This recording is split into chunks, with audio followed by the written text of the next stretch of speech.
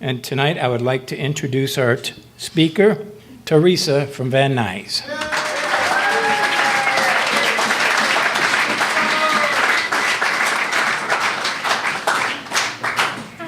Thank you.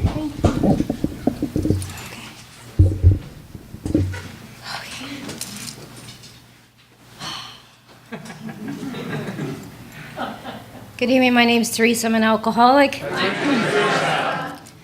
Grateful to be here, grateful to be sober because of a loving God. Taking a breath, my heart's pounding. I'm glad I went to the bathroom. I had to go, man. Okay.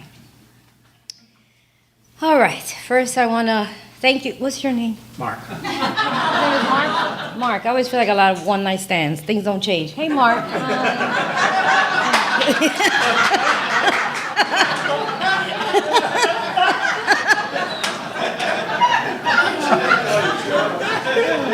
I talk to a lot of people, you guys. I'm sorry.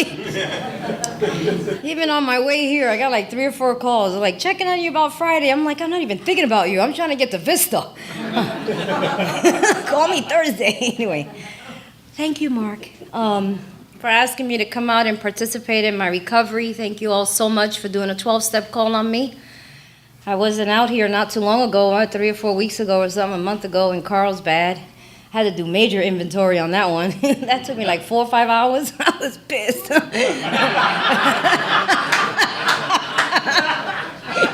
On a Thursday, that was not cute.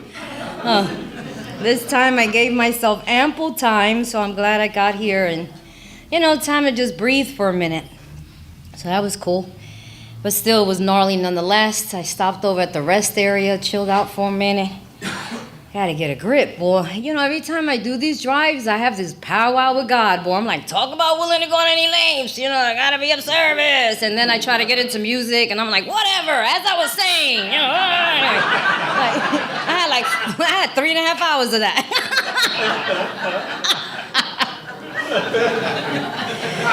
Oh my gosh, but here I am. I certainly will leave a lot lighter and more full of gratitude and appreciation. At the very least, I didn't think about drinking for the last 3.5 hours on the way here. Oh, goodness gracious, great balls of fire.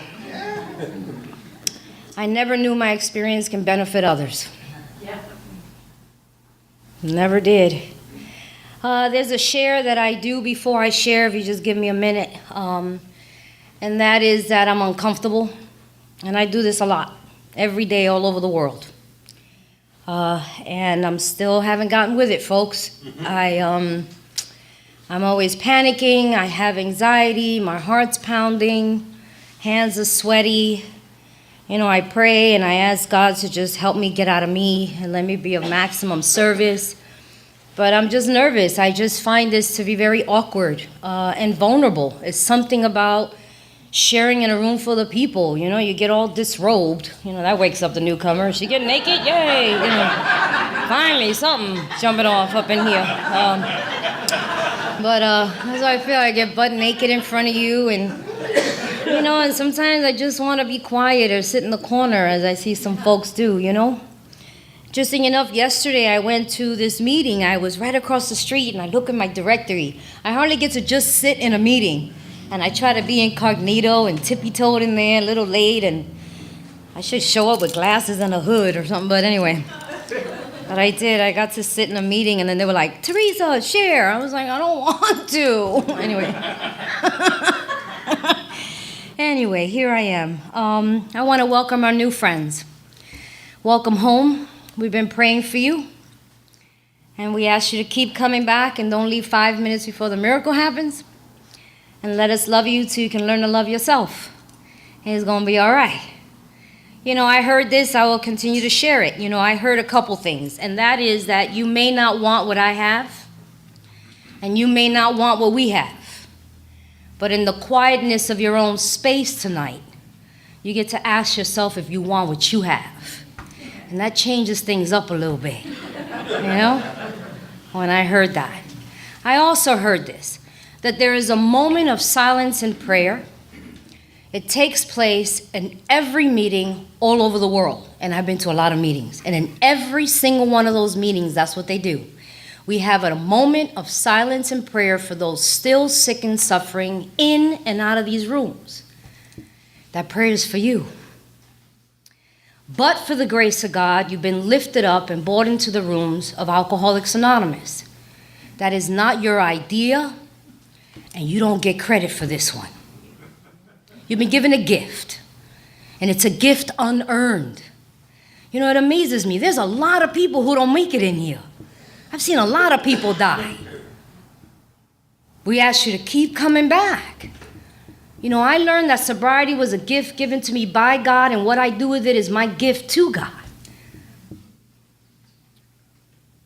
And the newcomer is the most important person, and we emphasize on you. And for me, the reason why you're important is because I got to remember what it was like.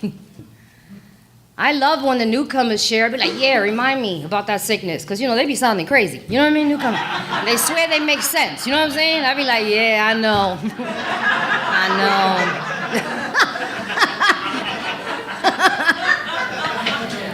know. You're important and we need you.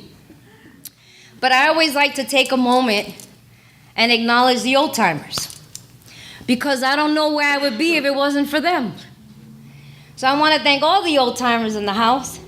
Thank you for my life and my sobriety. My goodness, I still want what you have. I don't ever want to lose that. Thank you so much for suiting up and showing up and letting me know that I too can recover one day at a time. I watch the old timers. I watch you continuously show up at that same meeting week after week. You sit in your favorite seat, that same seat that nobody else sits in, that's your seat. I don't know how y'all got that. I don't know, your name ain't on there. But everybody knows you don't sit in that seat, you know. They still sweep the floors and they put up the chairs and they extend their hand, and unless you're one of our bleeding deacons, you're usually the most quiet person in the room. And I don't know if you do this in your home group, but there's something about this that I really appreciate in mine, that I've watched a lot of the old timers in our home group been together for the last 40, 50 years. And for some reason, I do like this. The majority of them don't like one another. I find that the cutest thing. They've been hanging out for years, and still when one of them gets up, the rest of them be like,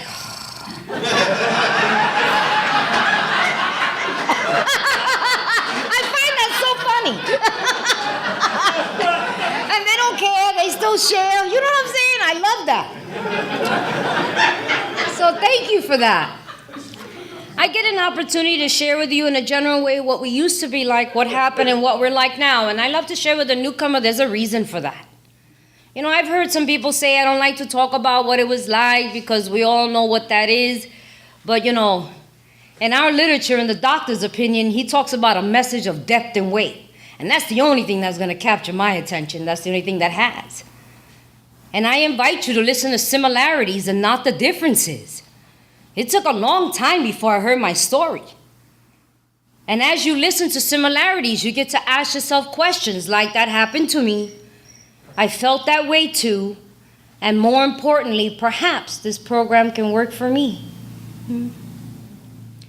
I had a birthday not too long ago. My sobriety date is March 29, 1990. But for the grace of God, I've had the honor and the privilege of being with you guys for the last 27 years.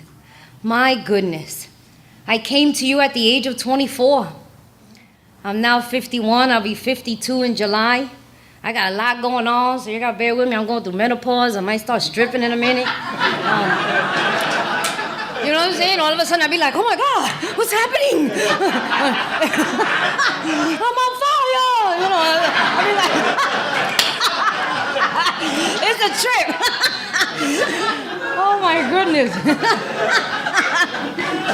I got some gray hair going on. I'm seeing somebody a little different in the mirror. You know, and I share about the gray hair, and I love how people who have a head full of gray hair are just unsympathetic. But I always ask them to reflect and remember when it started for you. You know what I mean? So, because I'm just tripping right now on a whole lot of things, so just be patient with me. Man, I am now sober longer than I was drinking. This has become the norm. This program is a working part of my mind and my body. This program and the language of this program is my self-talk. Very interesting. I don't ever want to forget her, though. Because if I forget her, I might repeat it. They told me not to forget my last drunk. And if you knew, I hope you remember yours. I hope that when you think about it, you get so sick to your stomach, you want to throw up.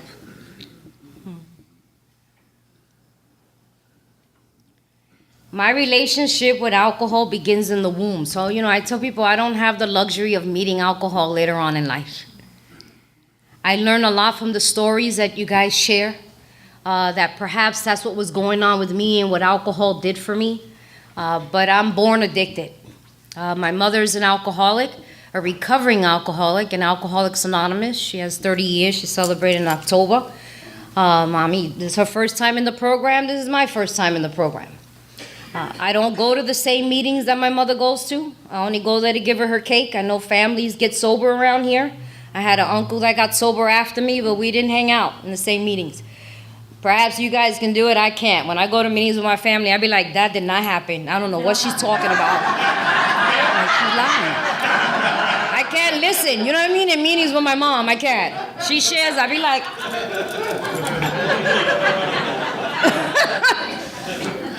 And so, we don't go to meetings together. Only now and then I'll show up at her home group like an Al-Anon. That's like my Al-Anon comes out, I'll be like, is this her home group? She needs you. Where's her sponsor? Right? So, anyway.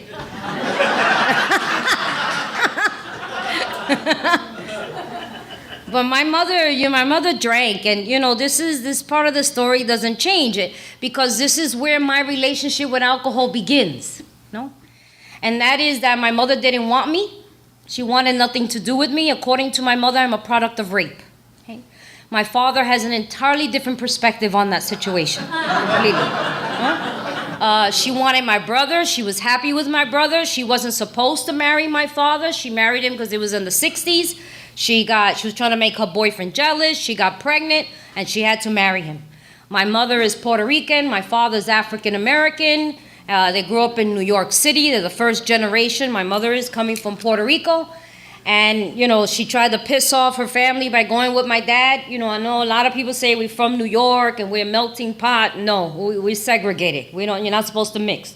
You see West Side Story? I love that show, okay? We don't mess around, right? And so ultimately, when she was pregnant by me, she wanted to do everything possible to abort me, everything. Sometimes before I share, I want to go rated R, adult content, parental guidance suggested.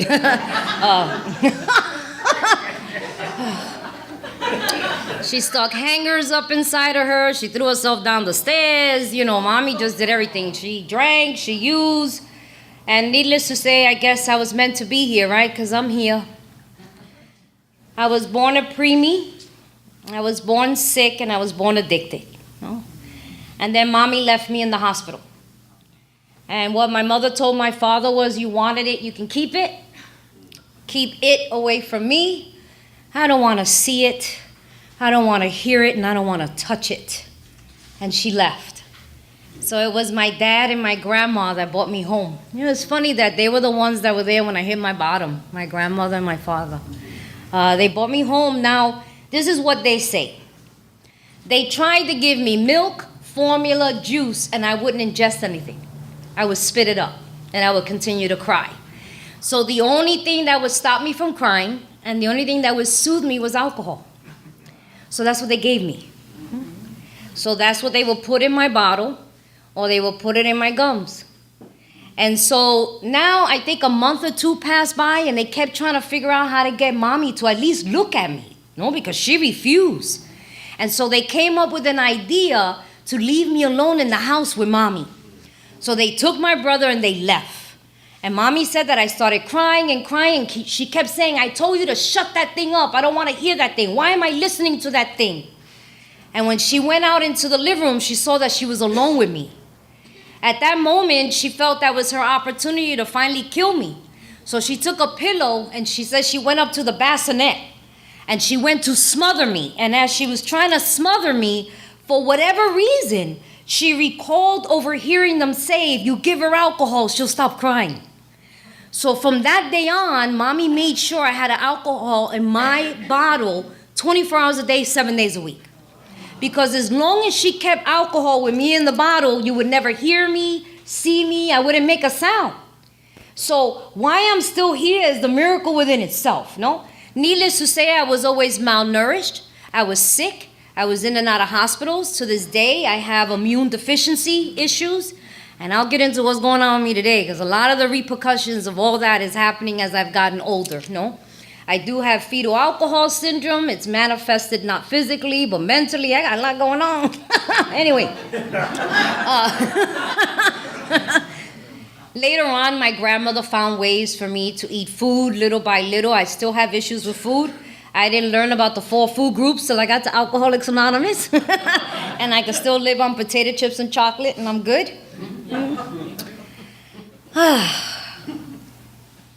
You know, I got pictures of me growing up, no, and I'm loaded. I'm loaded in my walker, my first year birthday, second year birthday. I'm always feeling nice. Now I'm going to sum up my first 24 years of my life.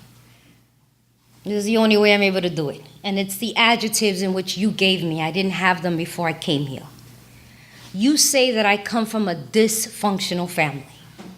Now, as far as I know, this was my family and is still my family to this day. I grew up half the year in Puerto Rico and half the year in New York. Everyone in my family are alcoholics and or addicts. We all die from cirrhosis of the liver, kidney failure, falling down, cracking your skull, getting shot, or ODing. That's the norm. And when you die in my family, we put your drink or your drug of choice in the coffin with you and we take pictures. And we celebrate your death. And we cry when a baby is born. We call ourselves, you know, we're mafioso, no, Puerto Rican mafia. No, I don't know why lately I've been more comfortable sharing that. I took pride in that family. We weren't in hiding. When you come from that world, later on as I got older, I have relationships with cartel. Those are my uncles. I respect them. It's a way of life. We're not in hiding. I go to Catholic school. I put a uniform on and a smile on my face, and I say the Our Father and the Hail Mary. I do my confession on Saturdays, and I take my communion on Sundays. I also have family members who are politicians, police officers, and we're in our community. And as far as I know, you call it dysfunctional, this is my family, to this day. Where most of you are so grateful to get your family back, I've had to stay away from the majority of mine. They'll rub off on me before I rub off on them. Yeah. There are other adjectives you gave me, and that was I grew up hearing you're stupid, you're an idiot, nobody loves you, get out of my face, you disgust me, I can't wait till you die, you're always going to be retarded, and it goes on and on. You call that verbal abuse. That's what you told me when I got here, that was verbal abuse. The other adjective, people kick me, punch me, spit on me, I've been pistol whipped, I've been stabbed, I've been hit with objects. You told me that was physical abuse. I didn't know. They did that to me every day. That was the norm. Anybody could punch me in the face or kick me in the stomach when they felt like it. The other adjective, I lost my virginity at 5. Men and women took turns with my body, room to room, 2 people, 3 people, whoever wanted to have sex with me. To this day, I don't know if I was sold. They just did. You call that sexual abuse. That's what you told me when I got here. I didn't know that. That's what they did to me. Thank God for alcohol. You know, I tell people, as horrific as that sounds, I was not present for my experience.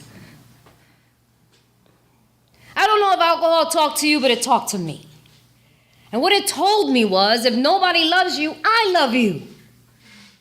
If nobody wants you, I got you. You ain't got to worry about none of this. I've seen enough two-way mirrors and ink blots and big sister program, after-school program, mentorship programs. Can't help me. To do what? I didn't grow up playing Barbie doll, hopscotch, jump rope. I grew up in shooting galleries, crack houses, and bars and clubs. Those were my playgrounds. All my friends are 15, 20 years my senior. Can't hang out with friends my age. To talk about what? I'm emancipated at the age of 14. The judge says that my IQ is ridiculous. At this time, I own my own business. They can't place me with no family. And I go live with my man who is 26, 11 years my senior. Now, I thought about it recently. He held me hostage. I didn't even remember that. I lived with him for 3 years. And he beat me on a daily basis, and you couldn't have told me that wasn't love. That's my man. You mind your business. Anything I asked him to do is don't hit me in the face. Because you see, I'm superficial and I'm vain. And I'm all about dressing up my outsides. And as long as I look good on the outsides, it don't matter, man. I had no idea that I was dying on the inside. I'm into money, property, and prestige. And who I know. The kind of respect I come from is different from the respect you've shown me around here. The respect I come from is you need to be feared by me. And who I know and what I know. I've seen a lot of things in my first 24 years of my life. Alcohol had me detached, disconnected, with no heartbeat. I could sit back and see somebody get cut up in pieces and I smoke a cigarette. That's a normal day. And I'm going on with my life like there's nothing wrong with it. I lived like that for 24 years. I really never questioned it. I didn't want to run away from it. I didn't say perhaps it needs to be different. Can somebody help me? I got to get out of here. This is the way it is. Alcohol was my friend. It was my companion. It was my lover. It was my oxygen. It ran through my bloodstream. It was everything to me. And nothing and nobody got between me and my booze. I don't buy rounds for people. This is mine. You get yours. Yeah, I know people do that, right? I don't buy rounds for everybody. No, I don't think so. Because I can't run out. And I used to sip my drinks. I didn't chug a lug. I didn't dance butt naked on tables. Mommy did that. Mommy's the drunk. Thank God for good sponsorship. I remember when I came here and I heard one's too many and a thousand's not enough. I was like, I don't get that. And my sponsor took me to downtown Skid Row to introduce me to myself. Because if you've been drinking as long as I have, I've been drinking since fetus. I don't need that much. My entire bloodstream is filled with alcohol. I crossed that invisible line probably when I was 1. I didn't burn any bridges because you need to establish a bridge to burn one. I don't need no friends. Alcohol tells me when to get up in the morning and when to go to bed at night. Where I'm gonna live, where I'm not gonna live. If I'm in a relationship and if I'm not, and who I'm in a relationship with. It dictated every single area of my life. Wasn't embarrassed about it, wasn't a secret, I wasn't shy, humiliated. This is the way it is. And I was gonna die like everybody else in my family. And I welcomed death. Wasn't scared of death. When's it coming for me? So what happened to me? How did I end up here? You know, I tell people I'm still tripping. I feel like I'm in a witness protection program, okay? I swear. I've been abducted by aliens or something, because you people are very weird. Very strange.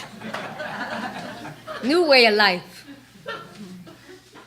The only way I can describe it, and this is where most of us meet, is that all of a sudden, for whatever reason, you say alcohol stops working. That's what you say, yeah? All I know is that all of a sudden I became present for my experience. I think that's when things change. You see, I don't mind doing incomprehensible, demoralizing things when I don't notice. I can go up and down alleys at 3 or 4 o'clock in the morning. I dare you to come up on me. The little ones you got to worry about. I don't worry about big people. I worry about little people. I dare you to come up on me. Then all of a sudden, I'm going up and down alleys and I'm paranoid. I'm sorry, people. I didn't take that class. I don't know how to do paranoid. I walk into a bar and I hear them say, look what the trash brought in.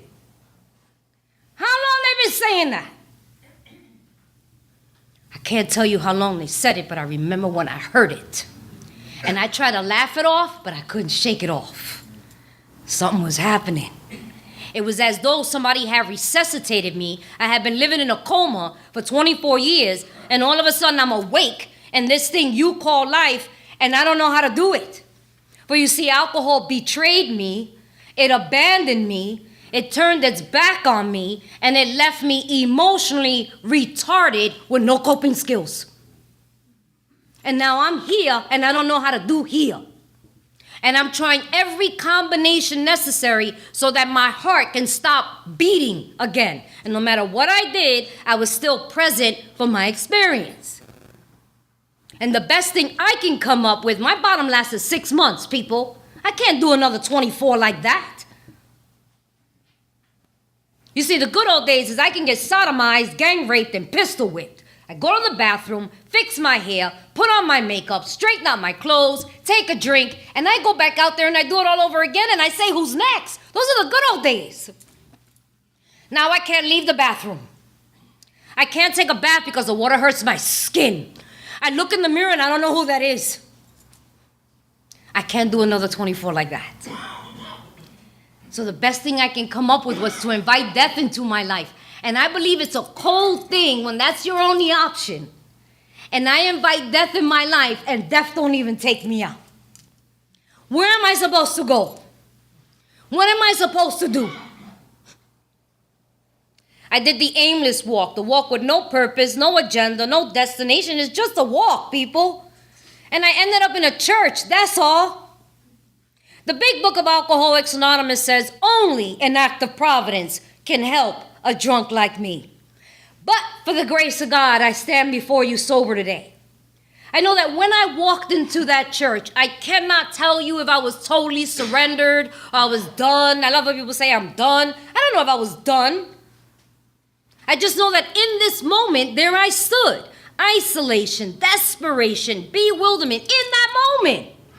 And the window of grace of God opened up. It still gets me. That's all I know. I could have missed it. And I said a prayer. That's all. I had no idea that prayer was going to change my life. I didn't even know anything was listening to me.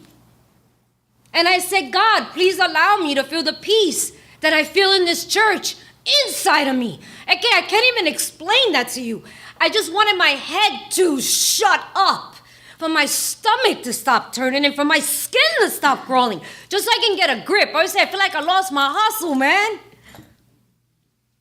I had no idea that prayer was going to change my life. From there, I went to my father, and I said, Daddy, help me. I ain't never asked for help before. I ain't no punk. Where'd that come from? Was God doing for me what I couldn't do for myself? And my father said, with all the love that a father had for his daughter, he had to watch me slowly kill myself, and there was absolutely nothing he could do about it. He said, you stand in the middle of a crossroad, and there's 3 directions you're headed. You're so close to them, you could taste them and you could smell them. And that's jails, mental institutions, and death. But there's another road, it's called recovery. He told me it seems dark and mysterious. He said, you don't know anything about it, and neither do I. But if you give it a try, and if it doesn't work out, the other 3 will be waiting for you.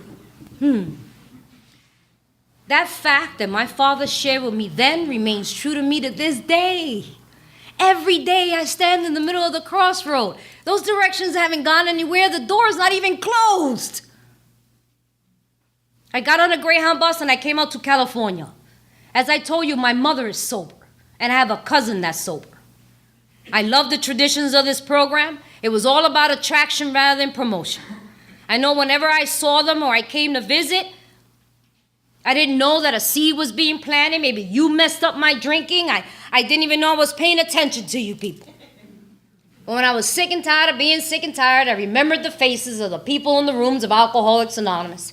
I remember your smiles. You know, that belly laughter that we do around here? The warmth and the camaraderie that you shared with one another.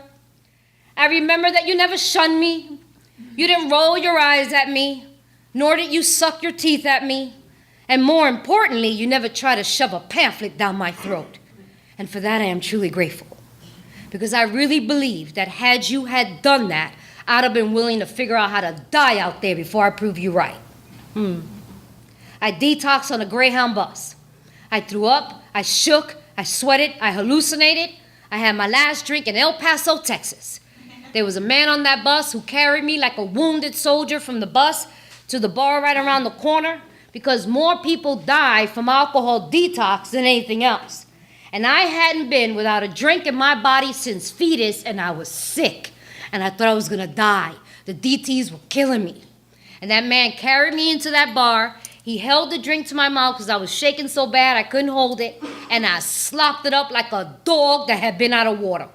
I believe that drink helped me come the rest of the way. And I arrived in downtown Los Angeles on March 29, 1990. Wearing a size 1 pair of pants with 2 pants underneath. A huge sweatshirt. 4 months pregnant with a dead baby in my belly. Didn't have a heartbeat by the time I got here. That was my 4th child. All my babies fall out in toilets and floors. All of them. My womb was so polluted I can't keep no child. Until this day, every time I go to the doctor, I'm reminded of how damaged my insides are. And my mother picked me up and dropped me off in the rooms of Alcoholics Anonymous, and she left me there. She can't help me. Because you told her to. She turned me over to the very people who saved her life. I described my experience coming into Alcoholics Anonymous like a baby in a baby basket, left at the doorsteps of Alcoholics Anonymous. I got sober in South Central Los Angeles. God knew where to put me, with the hustlers and the hustlers and the lies and the lies and the cheaters and the cheaters, boy. I always say I'm so proud of the breed that I come from. I got sober in 9604 in Crenshaw, Alano. I love all the old-timers who were there when I got there. So many of them have gone on to the big meeting in the sky. I miss them so much. They do. I came to you terrified, confused, and lost. I didn't even know that my name was Teresa. I didn't know how to walk, talk, sit, eat. I've been loaded my whole life. I knew nothing about living. I knew nothing about existing. And I was scared. Because everything I knew was alcohol. And I didn't have that anymore. This was the last house on the block. And if you people couldn't help me, somebody need to blow my brains out. That's all I knew. I'm grateful for those who came in here and the love and the nurturing that they gave me. They told me to sit down, shut up, and listen. My very first meeting, they sat me in the front. And they told me to listen like the dying only could. To take the cotton out of my ears and put it in my mouth, that my best thinking got me here. They told me to examine my relationship with alcohol, mine. And the only way for me to do that was to listen to you. Even the big book points it out. In the very first, in the beginning of the book, and the first after that preface or preface or whatever you call that, no, at the end of it, it says, we hope that you will pause and read a couple of these stories. I needed to listen to you. I didn't know what I was suffering from. I didn't know that I had this soul sickness you talk about or allergy of the body. I didn't have that language. I listened to you and I heard things from this podium. I was telling you guys blew me away. What are you telling me that that's not normal? What are you saying to me right now? I was amazed of things that I heard from up here. This was my everyday life, and you're telling me that this was not okay, that it was called alcoholism, that I suffered from an illness. They told me that I had a seemingly hopeless state of mind and body. Seemingly. That means that I wasn't hopeless. That I was going to be okay. And that there was a solution here. I used to hear, you don't have to live like that again. And you don't have to drink like that again if you want to. More important, even if you don't want to. I love the congruency that I heard from the podium. Everybody said the same thing over and over again. The program is outlined in the big book of Alcoholics Anonymous. You don't have to take a drink if you want to. More importantly, if you don't want to. The program works if you work it. Keep coming back. Keep coming back. One day at a time. One day at a time. I need to hear that. You told me that I must find a power greater than myself. Not maybe, not kind of, sort of, that I must. You told me that self-knowledge serves me nothing. No human power is going to relieve me of my alcoholism. You can't fix me. Man, I wish you could. My goodness. You said that my disease was centered in my thinking. They used to call it the stinking thinking committee. They used to tell me, don't listen to it. I remember I used to go on the buses, going to meetings, and I used to talk out loud. I used to talk to my disease. And I used to say, oh, you shut up. You be quiet. They told me about you. They call you disease. They told you, shut up. I'm going to a meeting and I'm calling my sponsor. Leave me alone. I used to talk out loud. I heard you're as sick as your secrets. I heard that we need to uncover, discover, discard. That there were conditions to this program. I needed to trust God, clean house, be of service. Trust God, clean house, be of service. I remember I used to tell them, you guys are brainwashing me. They used to say, your brain needs washing. Not such a bad thing. They gave me a sponsor. I didn't pick her, interview her, hire her, fire her. I don't get the language today. I don't get it, but whatever, don't matter. Okay? They told me, this woman is your sponsor. And all I needed to know was that she had a working knowledge of the steps in the book. That's the only thing I needed to know. And she was sober, and I wasn't. I don't know how to stay sober. I know a lot of things, but I don't know how to do that. So why don't I try listening to you? The more my sponsor didn't make sense, the better off I was. And I listened to my sponsor, and I did what she told me to do. You know, I say maybe because I'm a Latina, maybe because I live my life like Telemundo. I'm very Puerto Rican, okay? We have a lot of passion. You know what I'm saying? I'm like, could you imagine sponsoring me? I used to call my sponsor when I read the book and stuff, and I used to call and say, look, I just read something. It says we have to get rid of selfishness because it's going to kill us. I'm like, we gotta get rid of it. Oh my God. You know, I was Telemundo down with the big book. It was crazy. She used to be like, oh my God, relax. I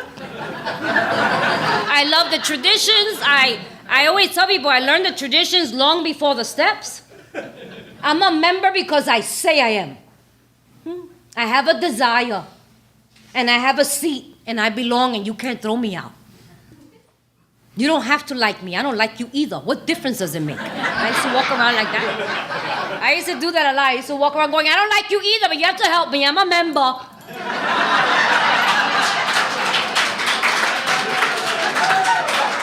I used to always do that. They still make fun of me in my home group. Teresa, what are you? I'll be like, I'm a member.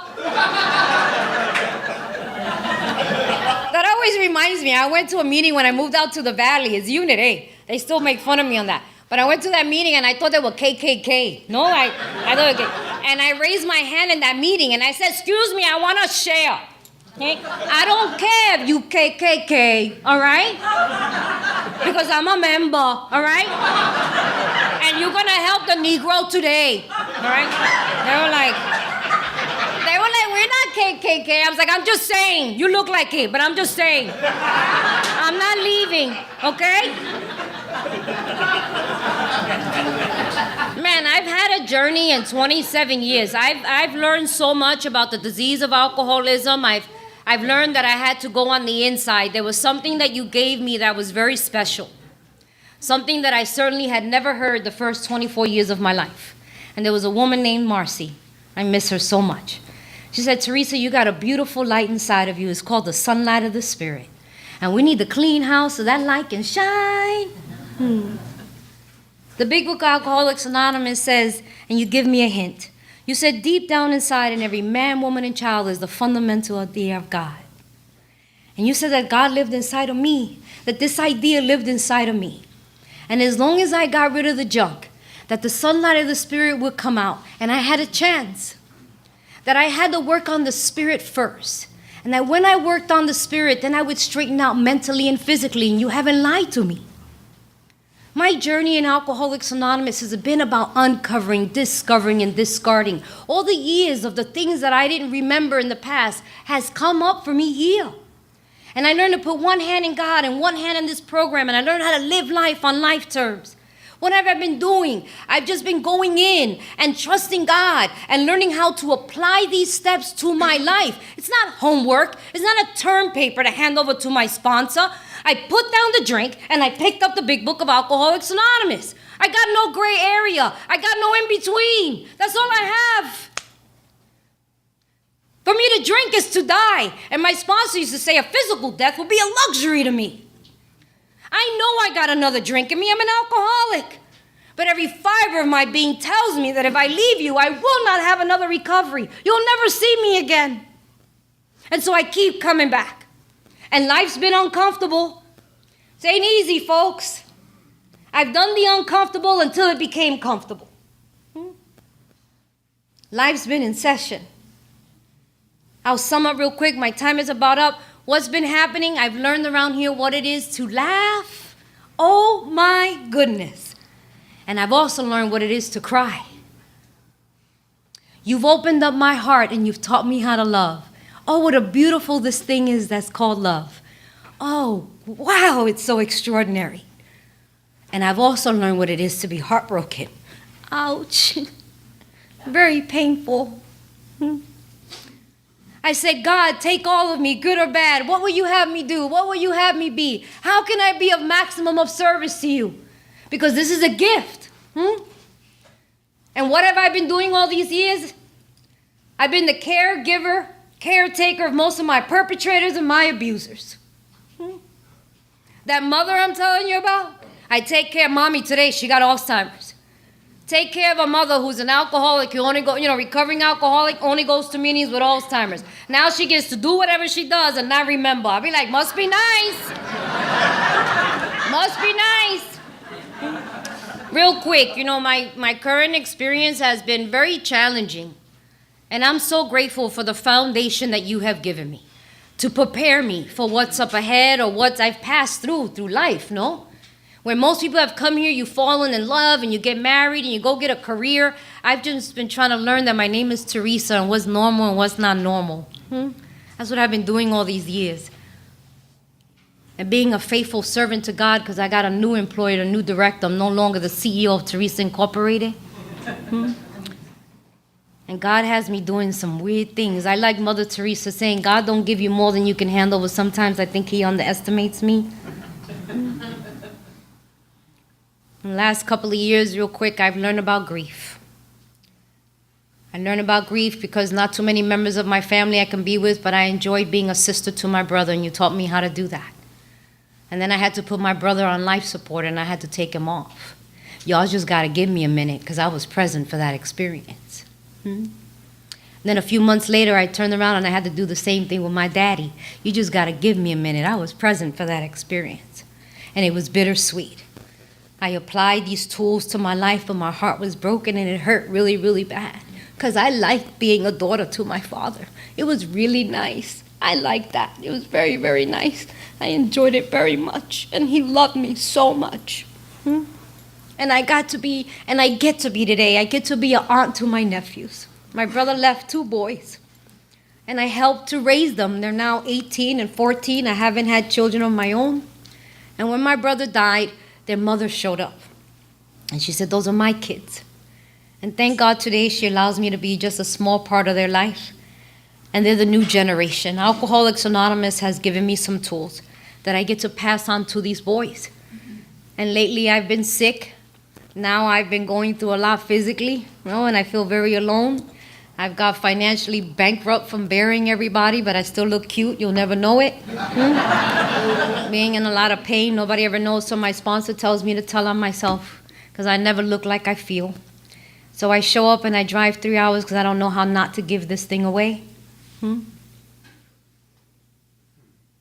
I get my powwows with God sometimes in my staff meeting.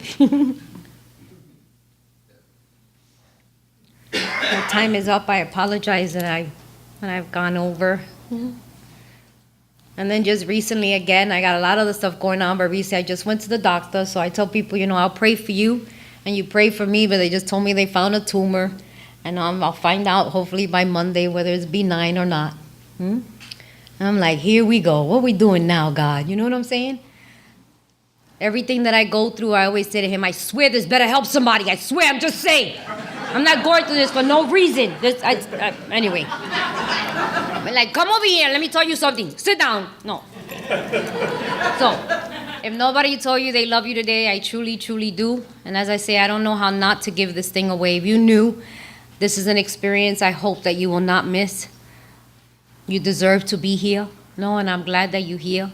You have a story to tell.